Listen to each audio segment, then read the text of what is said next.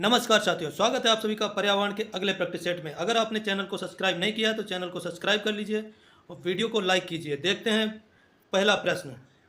वन्यजीव संरक्षण अधिनियम भारत में किस वर्ष लागू किया गया? तो भारत में वन्यजीव संरक्षण अधिनियम लागू किया गया 1972 में। बी विकल्प सही होता है हमारा। पर्यावरण संरक्षण अधिनियम EPA कब पारित किया गया? तो ये पारित किया 1986 में। प्रश्न नंबर 3, गिर राष्ट्रीय उद्यान एशियाई शेरों के लिए प्रसिद्ध है। ये कहाँ स्थित है? तो गिर राष्ट्रीय उद्यान गुजरात में स्थित है। ये एशियाई शेरों के लिए प्रसिद्ध है। प्रश्न नंबर 4, दुधवा राष्ट्रीय उद्यान उत्तर प्रदेश के किस जिले में है? तो दुधवा राष्ट्रीय उद्यान उत्तर प्रदेश के लखीमपुर खीरी जिले में है। ये क्षेत्रफल की दृष्टि से भारत का उत्तर प्रदेश का सबसे बड़ा जिला है और इसकी सीमा लगती है नेपाल से। एक घास के मैदान के पारिस्थितिकी तंत्र का संख्या पिरामिड कैसा होता है? जो संख्या पिरामिड कैसा होता है? संख्या पिरामिड हमेशा सीधा होता है पारिस्थितिकी तंत्र का। ऊर्जा का पिरामिड हमेशा होता है, ऊर्जा का पिरामिड भी सीधा होता है। ग्रीन हाउस गैसों में सर्वाधिक योगदान देने वाली गैस कौन सी है? तो सबसे ज़्यादा ग्रीन हाउस गैसों में सबसे ज़्यादा योगदान रहता है जलवाष्प का। जो ग्लोबल वार्मिंग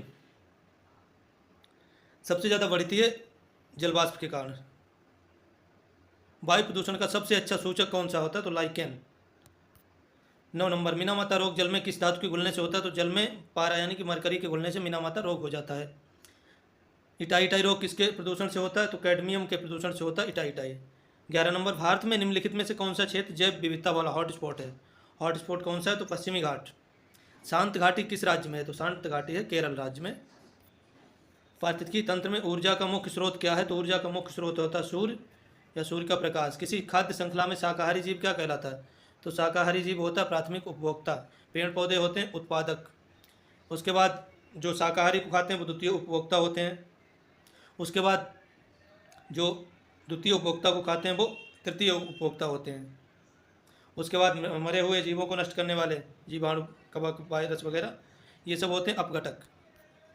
पेरियार वन्यजीव अभयारण्य किस राज्य में है? तो पेरियार वन्यजीव अभयारण्य केरल राज्य में। काजीरंगा राष्ट्रीय उद्यान किसके संरक्षण के लिए जाना जाता है? तो काजीरंगा एक सींग वाले गैंडे के लिए। ये असम में पड़ता है। रामसर सम्मेलन किससे संबंधित है? तो रामसर सम्मेलन आर्द्रभूमि के संरक्षण से संबंधित है। और आज के टाइम में भारत में 100 आर्द्रभूमि यानी कि रामसर साइट्स हो चुकी हैं। सबसे आखिरी रामसर साइट्स जो बलिया में सुरहताल पक्षी अभयारण्य, इसको 100वीं रामसर साइट घोषित किया गया है। भारत में 100 रामसर साइट यानी 100 आर्द्रभूमि स्थल हो गए हैं। प्रश्न नंबर 18, विश्व आर्द्रभूमि दिवस मनाया जाता है 2 फरवरी को। 19, ओजोन परत की मोटाई मापने की इकाई क्या है? तो इसकी मोटाई मापने की इकाई है डॉप्सन। ओजोन परत को नष्ट करने वाली मुख्य गैस कौन सी है? तो CFC, क्लोरोफ्लोरोकार्बन। मीथेन की बात करें तो धान के खेतों से निकलने वाली गैस है। नाइट्रोजन पर्यावरण में सबसे ज़्यादा 78% पाई जाती है। कार्बन डाइऑक्साइड ये दूषित वही गैस है जो प्रकाश संश्लेषण क्रिया में पौधों द्वारा अवशोषित की जाती है और यही पृथ्वी पर सबसे ज़्यादा बढ़ रही है। इसी की वजह से सांस लेना मुश्किल होता जा रहा है। UNEP संयुक्त राष्ट्र पर्यावरण कार्यक्रम का मुख्यालय कहाँ है? तो नैरोबी केन्या में है। भारतीय वन्यजीव संस्थान WII कहाँ स्थित है? तो देहरादून में भारतीय वन्यजीव संस्थान स्थित है। झूम खेती मुख्य रूप से कहाँ की जाती है? तो पूर्वोत्तर भारत में झूम खेती की जाती है। भारत में हरित क्रांति के जनक है MS स्वामीनाथन। सुंदरलाल बहुगुणा की बात करें तो चिपको आंदोलन के प्रणेता। वर्गीज कुरियन विश्व में हरित क्रांति के जनक।